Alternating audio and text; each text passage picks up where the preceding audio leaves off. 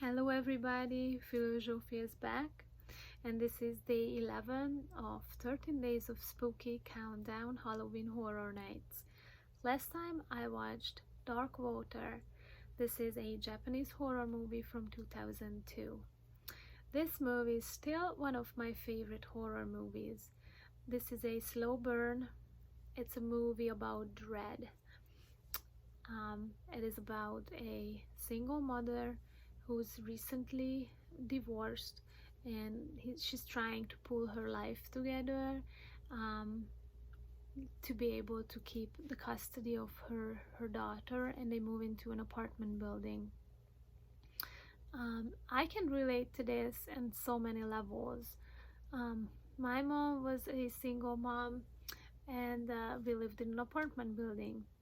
And also an interesting thing is that their apartment in this movie starts leaking even though it's not the top floor. There is a water stain, and it starts dripping from that water stain. And interestingly, this brings back fond memories, and I can't explain why is it a fond memory, but our ceiling sometimes leaked while I was growing up, and I never felt unsafe or never felt anything bad can happen, because my mom was there, and she always fixed every problem, found the solution. So I felt really stable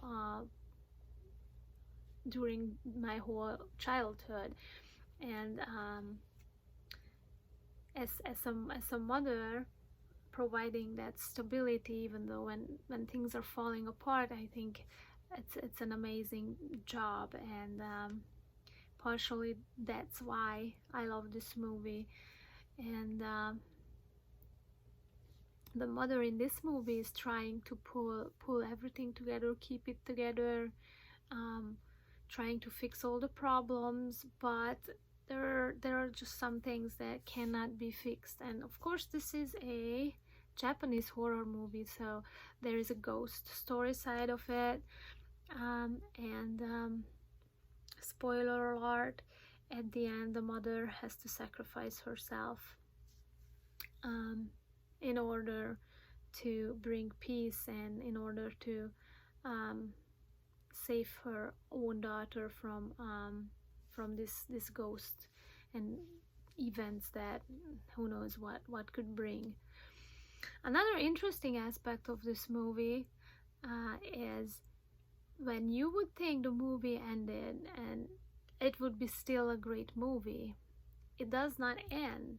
It shows us when time goes by 10 years later, and it gives us the perspective of the daughter, and how she remembers those times, and just gives us like a closure to the whole story. The atmosphere in the whole movie, the colors that are used are yellows, greens, turquoise. The whole movie seems like it has a hazy feel to it, and a lot of framing of the pictures use the golden ratio, which I really appreciate in movies. So I highly recommend you to watch this movie. It is a slow burn. A lot of people who really likes gore or action, it's not going to get into this. But if you like just to experience a slow burn movie where I think this movie can be seen as a metaphorical movie as well, as the water stain grows and nothing gets solved, but it gets almost ignored. That's how the mother's life is. She's just trying to keep everything together, but there is just some things are out of her control, and no matter what she does, it grows. So that's at least one thing that I could see it this way. If you haven't seen it, give it a chance based upon what I said, and let me know what you thought of it. And also let me know which version do you prefer, if you've seen both, the original Japanese version or you like the remake, the American version. I do have to rewatch the American version, which I also like. I think first I saw the American version and already the atmosphere grabbed me. I think they got the atmosphere down there as well. But I would have to rewatch it to be able to compare it. Alright, time to see who's behind door 11.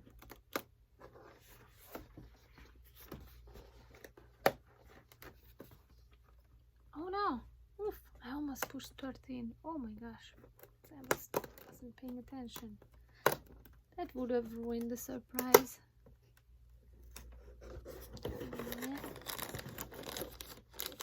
Number 11. Here you go for you ASMR folks. Here is your treat. Who is this? Oh, I don't think I've seen this movie, but I think I know maybe what movie she is. Another she, I believe.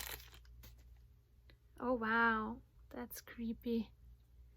That's very creepy.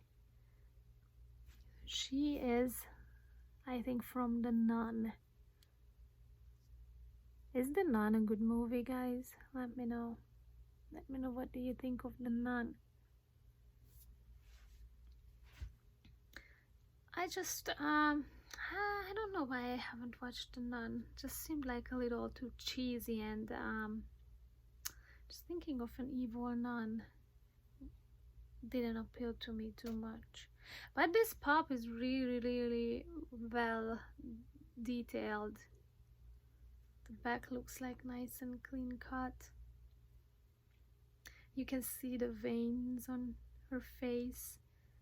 Has even a dot on her eyeball, which is rare, I think, for Funko Pops. Oh, I don't think if you can see that, but she even got her cross around her neck. Very cool. So this is day 11. 2 more doors. I'm very excited. I hope it's gonna be a big surprise behind door number 13, because it seems like a double door. Alright, and tonight's feature is going to be a classic, the original Carrie.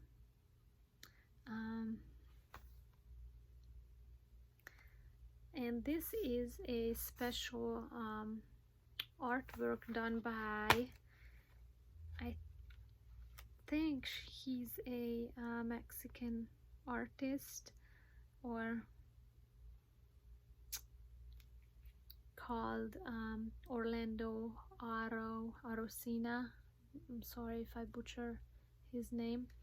He's done a lot of artworks for the horror movies, and this is a coloring book that it came with the movie, so it's kind of fun.